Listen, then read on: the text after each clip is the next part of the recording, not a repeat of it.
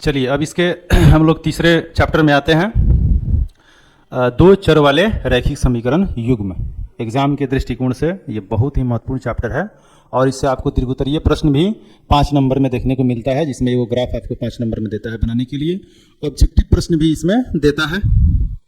आइए उस objective question पर ध्यान दें जो एग्जाम के दृष्टिकोण से बहुत ही महत्वपूर्ण है और वे एग्जाम में आते हैं। ठीक है, चैप्टर का नाम है दो चर वाले रैखिक समीकरण युग्म।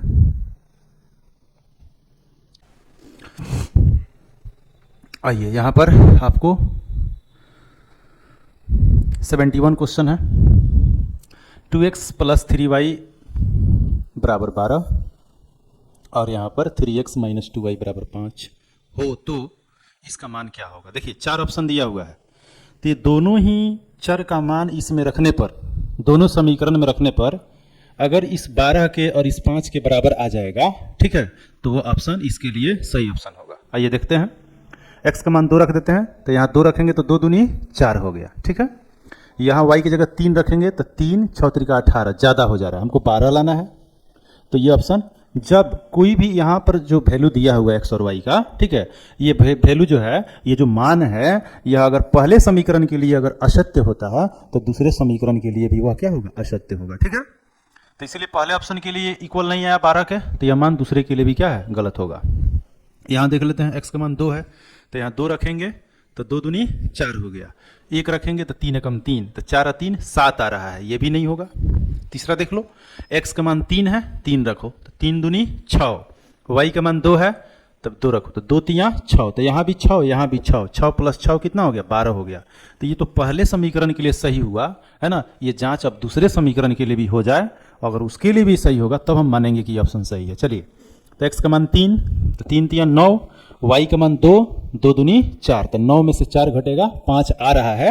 यानी ये जो वैल्यू है, ये दोनों ही समीकरण में x और y का वैल्यू रखने पर मान सही आ रहा है, इसीलिए ऑप्शन नंबर सी हमारा सही होगा। ठीक है बच्चों, चलिए रैखिक समीकरण युग्म जो फिर दिया हुआ है, इसमें बताना है कि कौन संगत है और कौन असंगत है और कौन आश्रित है। 2x - 3y = 8 है और यहाँ पर 4x - 6y = 9 है।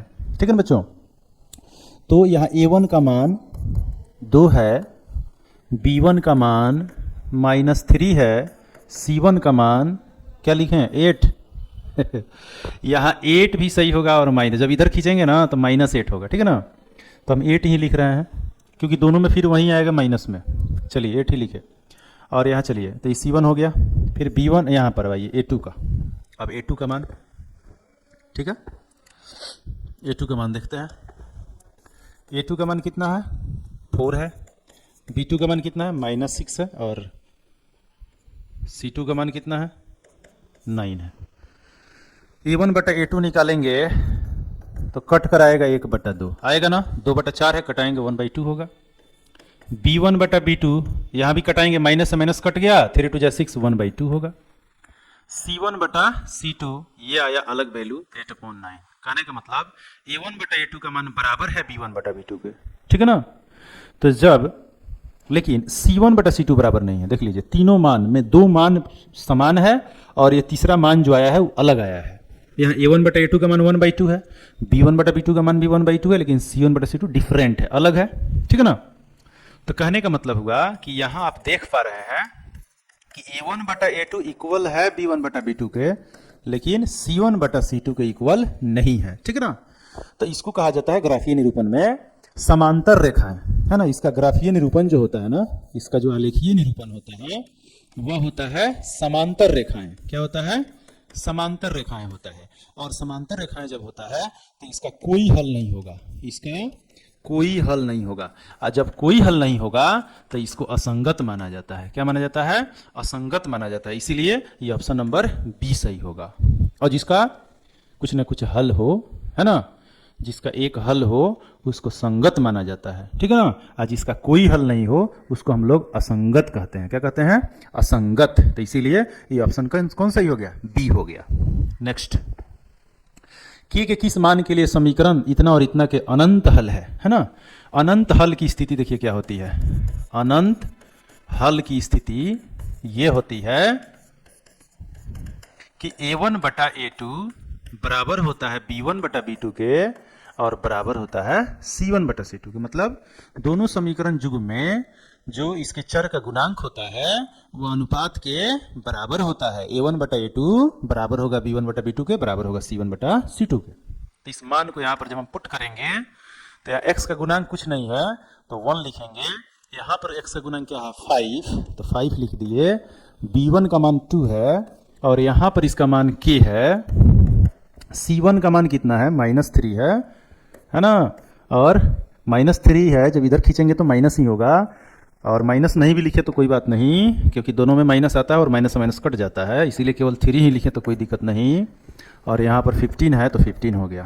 अब हम कोई भी दो मान लेकर के क्रॉस मल्टीप्लाई करेंगे और k का मान निकल जाएगा। तो देख लीजिए यहाँ पर k बन जा k और 5 दूनी 10, k का मान कितना आ गया 10 आ गया। यहाँ भी करेंगे तो उतना ही आएगा। तो कोई एक इक्वालिटी से हम k का मान निकाल लिए और k का मान कितना आया 10 आया। तो आपको याद रखना होगा अनंत हल की स्थिति में a1 बटा a2 बराबर b1 बटा b2 बराबर c1 बटा c2 होता है। देखिए वही चीज आ गया, a1 बटा a2 इक्वल b1 बटा b2 इक्वल c1 बटा c2 हो तो समीकरण निकाय का क्या हल होगा।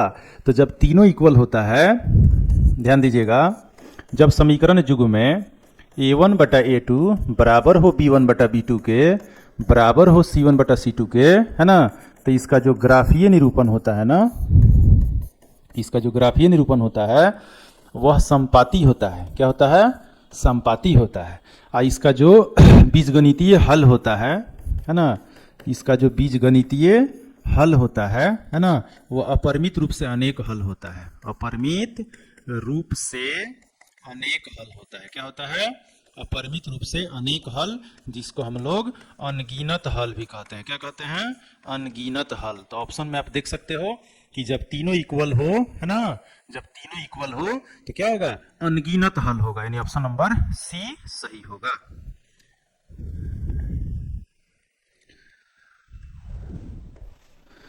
ठीक है ना, नेक्स्ट क्वेश्चन पर चलते हैं। k के किस मान के लिए समीकरण निकाय इतना और इतना अनंत हल होगा। वही क्वेश्चन फिर रिपीट हुआ।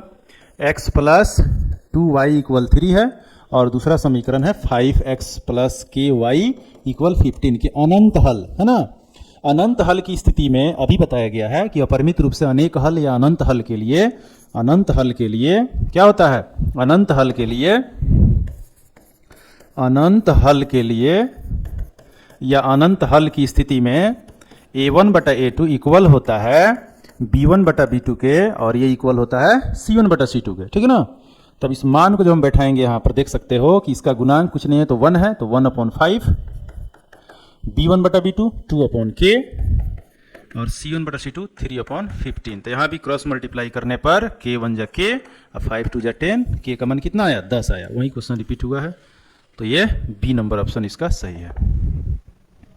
यदि रैखिक समीकरणों का युग्म असंगत हो, क्या हो असंगत हो, तो उसे निरूपित करने वाली रेखाएं क्या होगा। अभी जस्ट बताए हैं कि असंगत की स्थिति में जो ग्राफीय निरूपण होता है वह समांतर होता है। ठीक है, यानी उसका कोई हल नहीं होता है। क्या होता है कोई हल नहीं होता है। क्या होता है असंगत की स्थिति में उसका कोई हल नहीं होता है जब उसकी ग्राफीय निरूपण एक दूसरे क्या हो समांतर हो।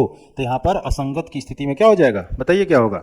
समांतर सदैव समपाती ये तो होगा नहीं, सदैव प्रतिच्छेदी ये भी नहीं होगा। ठीक है ना, असंगत हो तो संगत होगा, ये भी नहीं होगा। तो ऑप्शन नंबर हमारा ए सही हो जाएगा इसके लिए। ठीक है, आइए नेक्स्ट क्वेश्चन में चलते हैं। समीकरण निकाय इतना और इतना के कितने हल हैं आइए देख लेते हैं। स्थिति इसका समीकरण का 2x minus 3y plus 1 equal 0, 3x plus y plus 2 equal 0 के कितने हल हैं। तो पहले a1 बटा a2 निकाल लें तो 2/3 हुआ। फिर b1 बटा b2 निकाल लेते हैं, यहाँ -3 है यहाँ 1 है तो -3/1 हुआ। तो a1 बटा a2 का मान कुछ और आया, अब b1 बटा b2 का मान कुछ और आया। तो कहने का मतलब हुआ कि a1 बटा a2 is not equal b1 बटा b2, यानी ये स्थिति में जो ग्राफीय निरूपण होता है ना वह प्रतिच्छेदी होता है। क्या होता है? प्रतिच्छेदी होता है। जब a1/a2 बराबर नहीं हो b1/b2 के, तो ग्राफीय निरूपण प्रतिच्छेदी रेखाएं होंगी, यानी वह रेखाएं दोनों एक दूसरे को काटती हुई जाएगी, और इसका जो हल होगा वह हल अद्वितीय होगा। क्या होगा? अद्वितीय हल होगा। तो यहां पर देख लेंगे, अद्वितीय हल का मतलब होता है एक और केवल एक हल, एक और केवल एक हल। तो इसके लिए ऑप्शन नंबर ए सही ऑप्शन होगा। ठीक है बच्चों, ये स्थिति को याद रखिएगा। इस स्थिति में आपका ग्राफीय निरूपण जो होगा वो प्रतिच्छेदी रेखा होगा, हल अद्वितीय होगा। अद्वितीय मतलब केवल एक, जैसे सूरज, जैसे चांद। के किस मान के लिए समीकरण इतना और इतना के कोई हल नहीं है? आइए देखते हैं। कोई हल नहीं की स्थिति में, अभी बताए हैं जस्ट समांतर वाला, कोई हल नहीं, कोई हल नहीं की स्थिति में बच्चों, कोई हल नहीं की स्थिति में a1/a2 बराबर होता है b1/b2 के, परंतु c1/c2 के बराबर नहीं होता है। अब मान को बैठा लीजिए। यहाँ देखिए x का क्या है मान? k है, तो k लिखिए। इसमें पहिलका में x का मान कितना है? 6 है, 6 लिखिए। ठीक है। b1 का मान पहिलका में -5 है, दूसरे का समीकरण में b2 का मान 2 है, और c1/c2 तो यहाँ पर मान 2 है, और इसका मनवा कितना है? 7 है। अब देख लीजिए k का मान निकालना है, हम लोग देख लेते हैं कितना होगा। 2k हो गया, और 6 × 5 = 30, है ना। 2k बराबर कितना हुआ? -30 हुआ, और 2 से कटा दीजिए -30 को, -15 आ गया, तो k का मान हो गया -15, यानी ऑप्शन नंबर कौन सही हो जाएगा? डी सही हो जाएगा। ठीक है बच्चों, कोई दिक्कत? कोई हल नहीं की स्थिति में a1/a2 is not equal b1/b2, sorry, कोई हल नहीं की स्थिति में a1/a2 equal b1/b2 is not equal c1/c2। तो इस स्थिति में हमारा जो k का मान आया, वह जब हम इसको क्रॉस मल्टीप्लाई किए तो k का मान हमारा कितना आ गया? -15 आया, जो ऑप्शन नंबर हमारा कौन सही हुआ? डी सही हुआ। ऑप्शन नंबर हमारा डी सही हुआ, -15। अगले क्वेश्चन में आइए। दो रैखिक समीकरण युग्म के आलेख चित्र, है ना, आलेख चित्र यदि समांतर हो, आइए आगे क्वेश्चन, फिर से बार बार रिपीट हो रहा है, चीज दिमाग में रखिएगा। अगर समांतर हो तो हलों की संख्या क्या होगी? तभी बताए हैं कि समांतर में, समांतर रेखाएं में जब आलेखीय निरूपण समांतर रेखा हो तो उसका कोई हल नहीं होगा, कोई हल नहीं होगा, कोई हल नहीं होगा। तो इसका क्या हो जाएगा? हलों की संख्या क्या होगी? 1 होगी? नहीं। 2 होगी? नहीं। क्या होगी बताइए? समांतर के लिए क्या होगी बच्चों? अनगिनत होगी? नहीं, 0 होगी। तो इसलिए ऑप्शन नंबर डी हमारा सही हुआ। समझ पा रहे हैं? कमेंट में जरूर लिखिएगा अगर समझ पा रहे हो तो। जो भी दिक्कत होगा, है ना, आप कमेंट में जरूर लिखेंगे, है ना, उसी समय उसका सोल्व किया जाएगा। आपके जो भी परेशानियां होगी, जो भी दिक्कत होगा, वह सब एक एक करके कमेंट को हम लोग पढ़ेंगे और उसको सोल्व करेंगे आपकी समस्याओं को। रैखिक समीकरण युग्म इतना और इतना है, ठीक है ना, पुनरावृत्ति क्वेश्चन है, मतलब वही चीज रिपीट है, तो आप देख सकते हो क्या होगा। दिया हुआ है 2x - 3y = 8 और 4x - 6y = 9, है ना। तो इसका समीकरण युग्म क्या होगा? तो यहाँ कटाने पर 1/2 होगा, यहाँ भी कटाने पर 1/2 होगा, लेकिन ये 8/9 होगा। तो देख लो, दो समांतर बराबर है और तीसरा बराबर नहीं है, तो इसको क्या बोलते हैं? इनकॉन्सिस्टेंट, यानी असंगत। नेक्स्ट, के किस मान के लिए समीकरण निकाय का अनगिनत हल होगा? आइए, 4x + ky = 6 है, 2x - 4y = 3 है। अनगिनत हल की स्थिति में बच्चों, अनगिनत हल की स्थिति में, अनगिनत हल की स्थिति में होता क्या है? तो समीकरण निकाय जो होता है ना, a1/a2 इक्वल होता है b1/b2 के, इक्वल होता है c1/c2 के। अब मान बैठा लेंगे तो 4/2 यहां हुआ, यहां देख सकते हैं k/-4। अब यहीं पर हमारा k मिल गया, तो तीसरा में यहाँ पर बढ़ने की जरूरत भी नहीं है, इसी दोनों से हमारा काम हो जाएगा। तो कटाइए, अब 2k क्रॉस मल्टीप्लाई किए और -4 में 4 से गुना हुआ -16 हुआ, 2 से कट गया -8, यानी k का वैल्यू कितना हो गया? -8। ऑप्शन हमारा बी सही हो गया। फिर से देख लीजिए, अनगिनत हल की स्थिति में a1/a2 बराबर होता है b1/b2 के, बराबर होता है c1/c2 के। तो इस स्थिति में वैल्यू को जब रखे हैं तो 4/2 k/-4 6/3, इस दोनों को इक्वल किए, कोई भी दो को इधर से भी चलेंगे तो उतना ही होगा, है ना। k वाला मान लेकर के लेफ्ट या राइट चलिए और इक्वल कीजिए, क्रॉस मल्टीप्लाई कीजिए, जो आएगा वही हमारा आंसर हो जाएगा। तो 4 चौका -16 हुआ और इधर 2 के हुआ, 2 से भाग दिए -8 आ गया। कोई दिक्कत? हमारा ऑप्शन नंबर कौन सही हो गया? बी हो गया। y बराबर 10 का आलेख, y बराबर 10 का आलेख कैसी सरल रेखा होगी? देखिए जो ग्राफ की स्थिति होती है, ये x हुआ, ये y हुआ, ये मूल बिंदु हो गया, ठीक है। तो y अक्ष, y पर जो मान होता है, ये y का मान 10 इधर है ना मिलेगा जी। 1 2 3 4 5 6 7 8 9 10 मान लीजिए हमारा यहां मिला, इधर 1 2 3 4 5 6 7 8 9 10 यहां मिल गया, है ना। तो ये मान किसका मान है? y का मान है ना। तो y अक्ष पर ध्यान से सुनिएगा, y अक्ष पर x का वैल्यू हमेशा 0 होता है, तो यहां मान हो जाएगा 0,10 और जब इसका आलेख खींचेंगे तो यह x अक्ष के समानांतर आएगा। किसके समानांतर आएगा? x अक्ष के समानांतर आएगा। तो बहुत ही लॉजिकली है कि y का मान दिया हो तो किसके समानांतर? तो x अक्ष के समानांतर, यानी भुज के समानांतर। जब y का मान दिया हो तो उसका ग्राफ जो होगा, है ना, सरल रेखा में किसके समांतर आएगा? तो x अक्ष के समांतर आएगा। किसके समांतर आएगा? x अक्ष के समांतर आएगा, ठीक है ना। और जब x का मान दिया हो, किसका मान दिया हो? x का मान दिया हो, तो उसका जो आलेख आएगा वह किसके समांतर आएगा? y अक्ष के समांतर। जैसे मान लीजिए कि यहां पर ix हो गया, यहां y हो गया।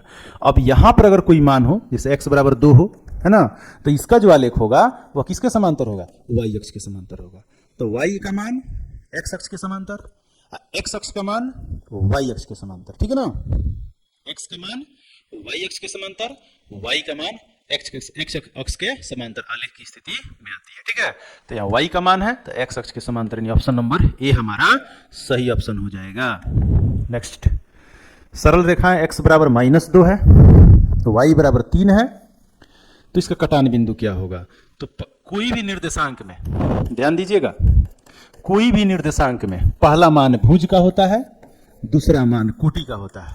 पहला मान भुज का होता है और दूसरा मान कोटि का होता है, ठीक है ना।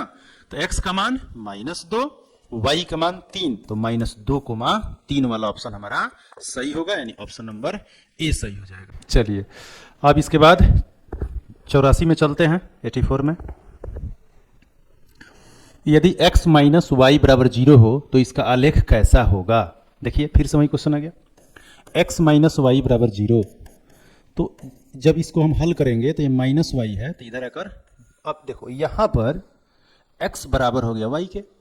कहने का मतलब हुआ जो x का वैल्यू वही y का वैल्यू, x बराबर हुआ किसके? y के। तो जो x का वैल्यू होगा वही y का वैल्यू होगा। तो इस स्थिति में जो ग्राफ हम लोग का होगा, ठीक है ना, अगर x 0 होगा, अगर x 0 होगा तो y भी 0 होगा, x 1 होगा तो y भी 1 होगा, x 2 होगा तो y भी 2 होगा। तो जब इसको हम मिलाएंगे, निर्देशांक बनाएंगे, है ना, तो यह मान मूल बिंदु से हो करके, है ना, गुजरती हुई दिखेगी। तो x अक्ष के समांतर ये होगा नहीं, ये होगा नहीं, मूल बिंदु से गुजरती हुई। किससे? मूल बिंदु से, क्योंकि ये दोनों मान एक ही है, बराबर ही है। तो जब x और y का मान बराबर हो, ये भी ऑब्जेक्टिव में पूछता है कि जब x और y के मान बराबर हो तो उसका आलेख कैसा होगा? तो याद रखना बाबू, मूल बिंदु से गुजरती हुई, मूल बिंदु से गुजरती हुई, है ना। जब x और y बराबर हो तो इसका आलेख क्या होगा? तो मूल बिंदु से गुजरती हुई। तो ऑप्शन नंबर हम लोग कौन सही हो जाएगा? सी हो जाएगा। नेक्स्ट, के किस मान के लिए समीकरण निकाय का अनंत हल होगा? फिर से क्वेश्चन रिपीट हो रहा है, ऐसा क्वेश्चन रिपीट हुआ। 5x प्लस ky इक्वल 15, कहीं से क्वेश्चन नहीं आता है, यही सब आता है, बस इसी सब चीज का रिवीजन करना है आप लोगों को, ठीक है ना। कोनो कंपटीशन का एग्जाम नहीं है कि आपसे कहीं अलग से क्वेश्चन दे सकता है, उसमें भी एक सिलेबस रहता है कि इतना चीज आपको कंप्लीट करना है ना। तो आपको कहीं से भी कोई दिक्कत नहीं होनी चाहिए, इस चीज का रिवाइज करते जाइए, प्रैक्टिस करते जाइए, बिल्कुल सही होगा। चलिए, अनंत हल की स्थिति में हम लोग को पता है कि अनंत हल की स्थिति में क्या होता है? a1 बटा a2 बराबर होगा b1 बटा b2 के, बराबर होगा c1 बटा c2 के। तो मान को रख दीजिए, x का गुणांक 1 है, 1 बटा 5, यहाँ पर 2 है तो 2, और इसका गुणांक k है तो k, बस इसी दोनों को बराबर कर लीजिए, आपका आंसर मिल जाएगा। k1 जा k, 5 2 जा 10, k का मान 10, ऑप्शन नंबर बी सही ऑप्शन होगा। कोई दिक्कत? अगला है रैखिक समीकरण में चर की घात की संख्या होती है। रैखिक समीकरण, यहां रैखिक समीकरण ना करके रैखिक बहुपद देना चाहिए। रैखिक बहुपद, ठीक है ना। रैखिक समीकरण में चर की घात, ठीक है, रैखिक समीकरण में रैखिक समीकरण ही है तो उसका घात बढ़ेगा कहां से, है ना। और रैखिक बहुपद के लिए, बहुपद में ये चीज बताया गया है कि बहुपद जो है घात के आधार पर कई प्रकार का होता है, जैसे रैखिक घात, ठीक है ना, द्विघात, त्रिघात, ठीक है, ऐसे होता है, चतुर्घात, घात बढ़ते जाएगा।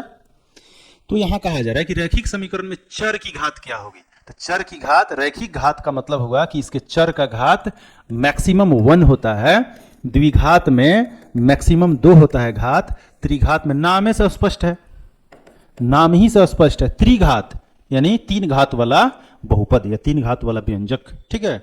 यानी इसको कह सकते हैं हम ऐसे कि घात जितना बहुपद उतना, ठीक है ना, जितना घात रहेगा उसका नाम उस बहुपद के साथ जोड़ देना है। अगर एक रहेगा तो रैखिक घात होगा, 2 रहेगा द्विघात होगा, 3 रहेगा त्रिघात होगा, ठीक है। तो रैखिक बहुपद में चर का घात की संख्या क्या होगी, 1 होगी।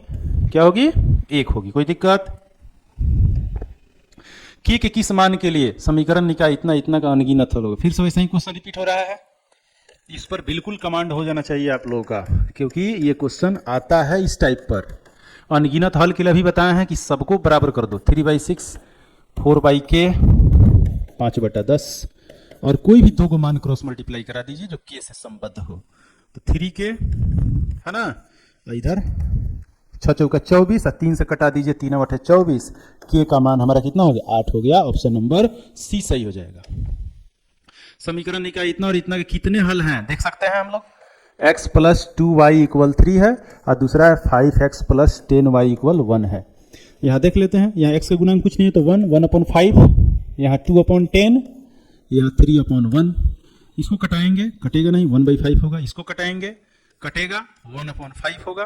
तो यहाँ देख रहे हैं दोनों मान बराबर आ रहा है, लेकिन तीसरा इज नॉट इक्वल है।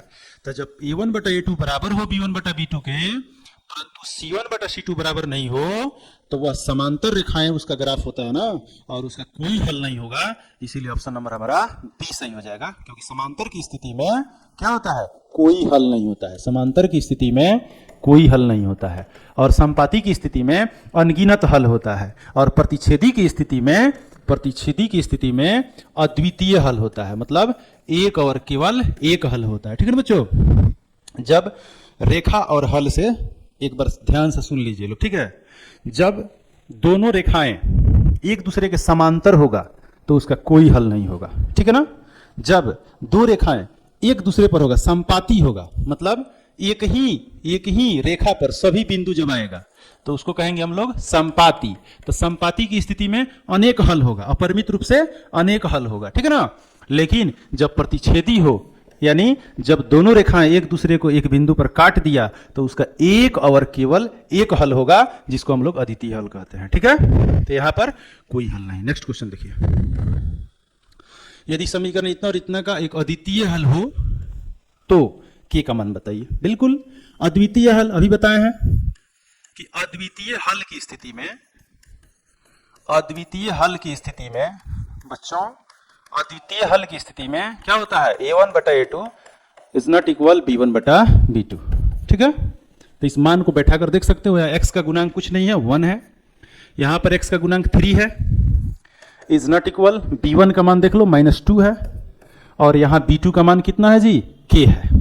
के लिख दिए, क्रॉस मल्टीप्लाई करा लिए, k 1 जा k इज नॉट इक्वल, 3 2 जा 6 -6, यानी k is not equal -6। Option number हम लोगों का बी सही होगा। ठीक है। आइए नेक्स्ट क्वेश्चन में, k के किस मान के लिए समीकरण निकाय इतना और इतना का कोई हल नहीं है। चलिए, कोई हल नहीं है, कोई हल नहीं है मतलब समांतर, समझ गया ना। कोई हल नहीं है, बार बार रिपीट किया जा रहा है, कंप्लीट ही होगा आपका एकदम। ये जो है ना, अच्छा से यह वीडियो अगर रिवीजन कर लीजिए 2 बार 3 बार, तो आपका कंप्लीट होना ही है। 2 चर वाले रैखिक समीकरण युग्म से ऑब्जेक्टिव एक भी छूटने वाला नहीं है। कोई हल नहीं है की स्थिति में A1/A2 equal B1/B2 is not equal C1/C2। इस कंडीशन में हम लोग K का मान निकालना है। देख लीजिए x का गुणांक कुछ नहीं है, 1 है, 1 लिख दीजिए। यहाँ x का गुणांक 3 है, 3 लिख दीजिए। B1/B2 तो 2 है और यहाँ पर मान K है, इज नॉट इक्वल C1/C2 5 है और यहाँ पर इधर है तो प्लस 15, इधर है तो प्लस 15, यहाँ पर यहाँ माइनस लिखिए, यहाँ 15 लिखिए। अब हम लोग को K का मान निकालना है, तो देख लीजिए यहीं पर इस दोनों को क्रॉस मल्टीप्लाई करके ऑप्शन देख लीजिए, K1 जा K और 3 2 जा 6। K का मान कितना आया? 6 आया। तो वही तो पूछा जा रहा है कि K के किस मान के लिए, है ना। तो K का मान कितना आया? 6 आया। तो ये 6 ऑप्शन हम लोग का सही हो जाएगा। ठीक है, कोई दिक्कत? और अगर इसमें चलिएगा तो आपको देख लीजिए -5K इज नॉट इक्वल 30 और K का मान -6 होगा। इज नॉट इक्वल में होगा, इक्वल में नहीं होगा। यहाँ पूछा जा रहा है K के किस मान के लिए, तो इक्वलिटी में पूछा जा रहा है, तो इसलिए -6 होगा। चलिए, अगर ये ऑप्शन रहता तो इज नॉट इक्वल में रहता, ऐसे अगर दिया रहता ऑप्शन में तो फिर ये ऑप्शन सही होता, 6 ही होगा। नेक्स्ट बढ़ते हैं। सरल रेखाओं x बराबर 2 y बराबर -3 का प्रतिच्छेद बिंदु।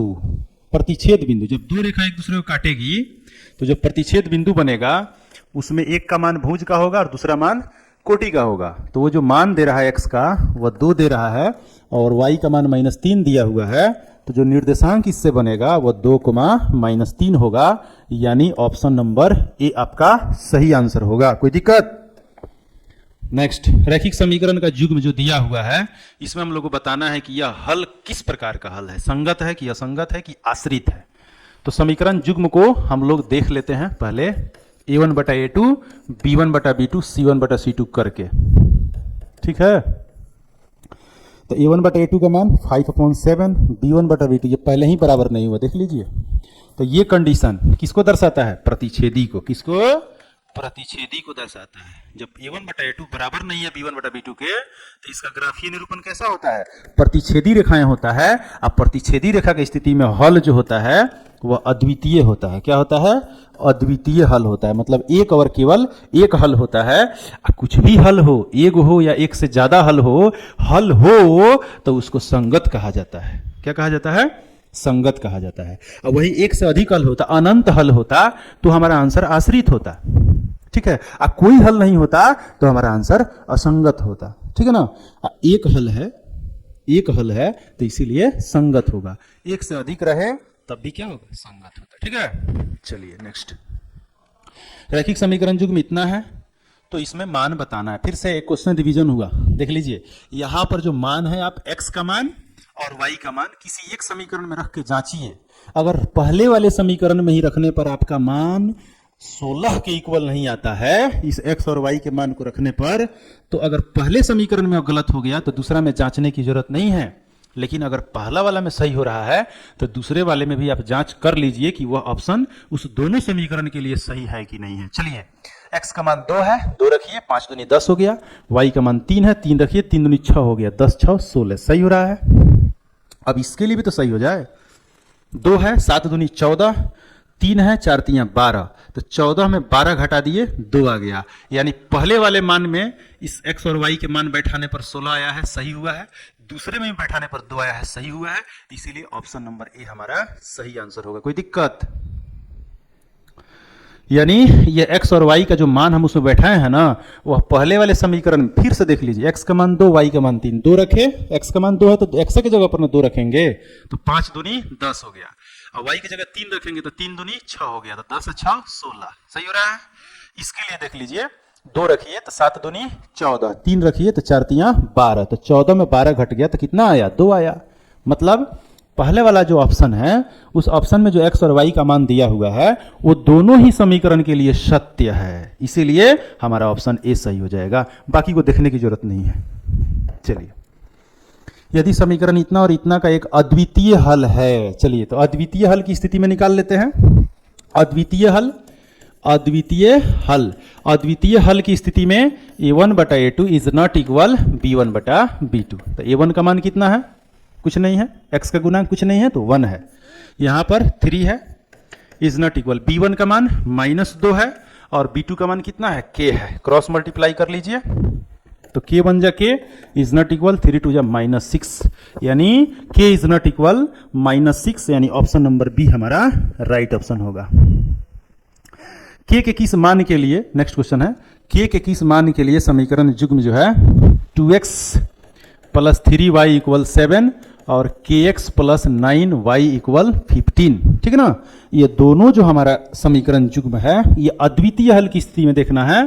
तो अद्वितीय हल की स्थिति में बाबू, अद्वितीय हल की स्थिति में थोड़ा बता दीजिए कि समीकरण जो इसका होता है अद्वितीय हल की स्थिति में, अद्वितीय हल की स्थिति में, अद्वितीय हल की स्थिति में जो इसका गुणांक होता है वह a1 बटा a2 इज नॉट इक्वल होता है b1 बटा b2 के। तो a1 बटा a2 यानी 2 बटा k is not equal b1 बटा b2 3/9। क्रॉस मल्टीप्लाई कर देंगे तो 9 दूनी 18, k में 3 से गुना होगा, 3k इज नॉट इक्वल 9 दूनी 18, 3 से डिवाइड करेंगे और k का मान हो जाएगा 3 6 जा 18, तो k इज नॉट इक्वल 6, यानी ऑप्शन नंबर हमारा बी सही होने वाला है। कोई दिक्कत? चलिए अगला प्रश्न है कि समीकरण निकाय इतना और इतना का अद्वितीय हल होने की स्थिति में बताइए, बताइए आप लोग इसका क्या होगा, सही आंसर क्या होगा बताइए,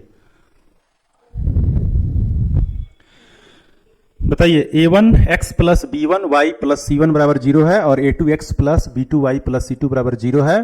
तो अद्वितीय हल की स्थिति में इसके लिए कौन सा ऑप्शन सही होने वाला है? बराबर वाला नहीं होगा, इज नॉट इक्वल वाला बिल्कुल होगा, क्योंकि मैं बता चुका हूं कि अद्वितीय हल की स्थिति में, अद्वितीय हल की स्थिति में a1 बटा a2 बराबर नहीं होता है b1 बटा b2 के, है ना, बराबर नहीं होता है b1 बटा b2 के, है ना, बराबर नहीं होता है b1 बटा b2 के। तो a1 बटा a2 is not equal b1 बटा b2, ऑप्शन बी सही होगा। कौन सा ऑप्शन सही होगा? ऑप्शन बी सही होगा, ठीक है। चलिए नेक्स्ट चलते हैं। समीकरण निकाय इतना और इतना का हल किस प्रकार का होगा, निकाल कर देख सकते हैं। x प्लस 2y माइनस 5 बराबर 0, निकाल कर देख सकते हैं, डरने वाले हैं नहीं, निकाल कर देख लीजिए। चलिए a1 बटा a2 का मान, यहाँ x का गुणांक 2 है, यहाँ x का गुणांक कुछ नहीं है तो 1 रख देंगे, 2 बटा 1 आया।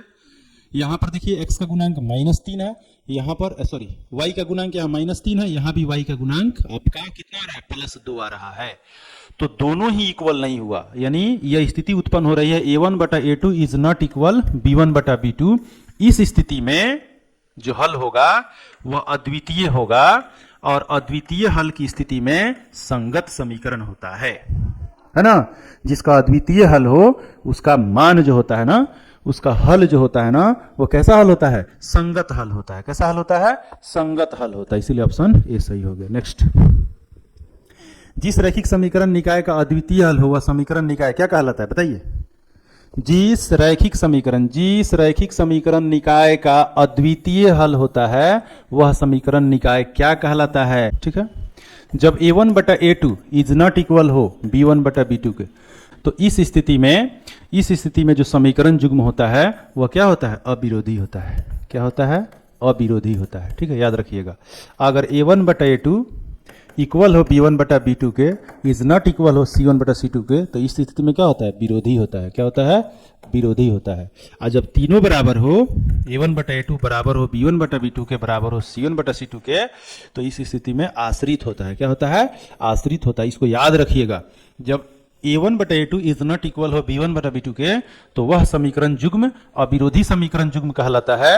और जब a1 बटा a2 बराबर हो b1 बटा b2 के, इज नॉट इक्वल c1 बटा c2, तो उस स्थिति में विरोधी होता है। और जब तीनों इक्वल हो तो उस स्थिति में क्या होता है? आश्रित होता है। याद रखना है, ठीक है ना। आगे क्वेश्चन फिर मिलेगा इस पर। y अक्ष पर सभी बिंदुओं का भुज, चलिए y अक्ष पर सभी बिंदुओं का भुज क्या होता है? y अक्ष पर जितने भी बिंदु लेंगे ना, है ना, वो सब पर x का मान 0 होगा। उस सब पर x का मान क्या होगा? 0 होगा। y अक्ष के प्रत्येक बिंदु पर x का मान 0 होगा। y अक्ष के प्रत्येक बिंदु पर x का मान क्या होता है? 0 होता है। और x अक्ष के प्रत्येक बिंदु पर y का मान 0 होता है। तो इसीलिए इसका आंसर क्या हो जाएगा? बी हो जाएगा। नेक्स्ट, यहां पर पूछा जा रहा है कि समीकरण जो दिया हुआ है इसमें x का मान 2 है, तो y का मान कितना होगा? x का मान बैठा दीजिए इसमें। तो x का मान 2 बैठाएंगे तो 2 दूनी कितना हो गया? 4 प्लस 3y बराबर 13।